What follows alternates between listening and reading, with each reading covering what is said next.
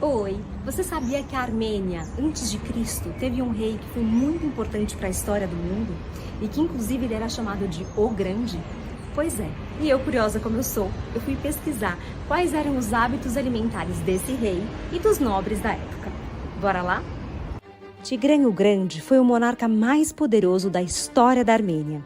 Os armênios o lembram da mesma maneira que os americanos e os britânicos reverenciam o lendário rei Arthur. Em seu reinado de 95 a.C. a 40 a.C., ele expandiu as fronteiras da Armênia do Mediterrâneo até o Mar Cáspio, tornando o país no estado mais poderoso do leste romano. Mas agora as glórias do seu império jazem enterradas sob as areias do tempo. A maioria dos relatos de sua era vem de historiadores romanos, já que existem poucas evidências arqueológicas. Mas eu, curiosa aqui como eu sou, eu fiz um levantamento para tentar reconstruir o banquete do rei Tigran. Afinal, meu quadro aqui é sobre gastronomia. A carne de animais jovens caçados sempre foi apreciada nos palácios do Antigo Oriente, incluindo coelhos, lebres e perdizes para o prato principal. Fazões, cisnes e pavões com bicos dourados eram assados e depois revestidos de penas novamente para apresentações de jantar ornamentadas. Depois de explorar cronologias e origens alimentares, aqui está uma lista de alimentos que seriam considerados da época.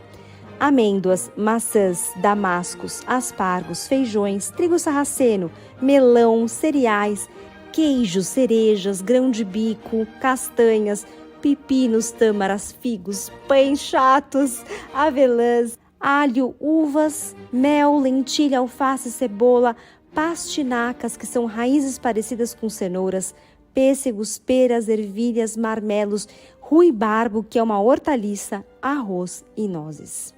Se Tigran voltasse à vida em nosso tempo, provavelmente ficaria surpreso com a popularidade da manteiga. Durante seu reinado, Tigran se esforçou para competir com as culturas avançadas da Grécia e da Macedônia. Provavelmente ele compartilharia a percepção deles de que apenas os bárbaros consumiam manteiga.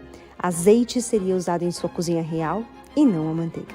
No mundo antigo, antes da refrigeração e do transporte rápido, o peixe fresco era apreciado como uma iguaria rara.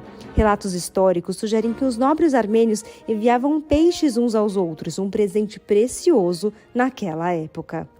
Na época de Tigran, era costume beber vinho acompanhado de porções de queijo, mel, frutas secas e nozes. Nada mal, hein? As cerejas têm uma ligação direta com a época de Tigran. Cerejas doces são chamadas de gilás, em armênio, derivando do nome grego para cereja, Cerasos. Os antigos gregos acreditavam que elas eram nativas da cidade de Cerasos, no reino de Ponto. O general romano e gastrônomo Lúcio Lícino Lúculo importou plantas de cereja azeda para Roma de Ponto, que era governado pelo sogro de Tigran, Mitrídates. Apesar dos excessos nos banquetes de sua época, devemos considerar que Tigran o Grande realmente desfrutava de uma dieta saudável. Tigran e seus convidados se recostavam em sofás ao invés de se sentar, então as mesas tinham que ser baixas. O truque era apoiar o cotovelo direito e comer com os dedos da mão esquerda. E provavelmente todo homem deveria se barbear antes de comparecer ao banquete, porque as moedas antigas de Tigran, ele era barbeado, seguindo o exemplo de seu modelo macedônico, Alexandre o Grande. Tigran morreu em seu sono em uma idade muito avançada.